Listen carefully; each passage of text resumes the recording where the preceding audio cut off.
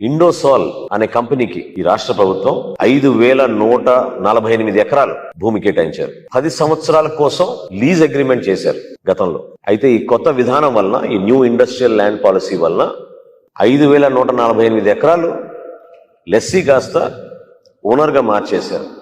Ramayapatnam port కానుకొని ఒక 5,000 ఎకరాల్లో solar plant establish చేయాలంటే దానికి కావాల్సినటువంటి ఎండ్ టు ఎండ్ ప్రొడక్ట్స్ అన్ని కూడా, దానికి సంబంధించినటువంటి మ్యానుఫ్యాక్చరింగ్ యూనిట్ ఆంధ్రప్రదేశ్ లో పెడతామని చెప్పి ముందుకొస్తే వారికి భూమి ఇవ్వడం తప్ప అని చెప్పి అడుగుతా ఉన్నాం.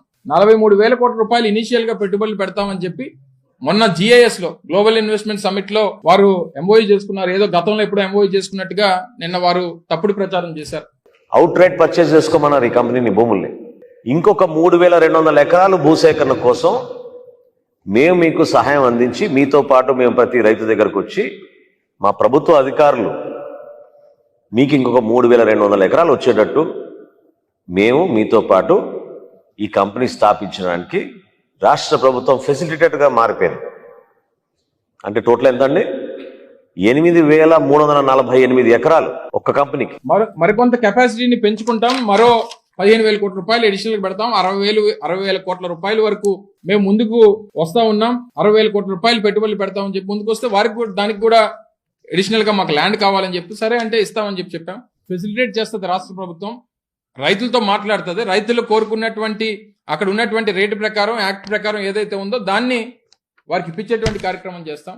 పోర్ట్ ఆధారితమైనటువంటి పరిశ్రమ వస్తే అక్కడ దాదాపు 30,000 మందికి ఉద్యోగ అవకాశాలు ఇస్తామని చెప్పారు.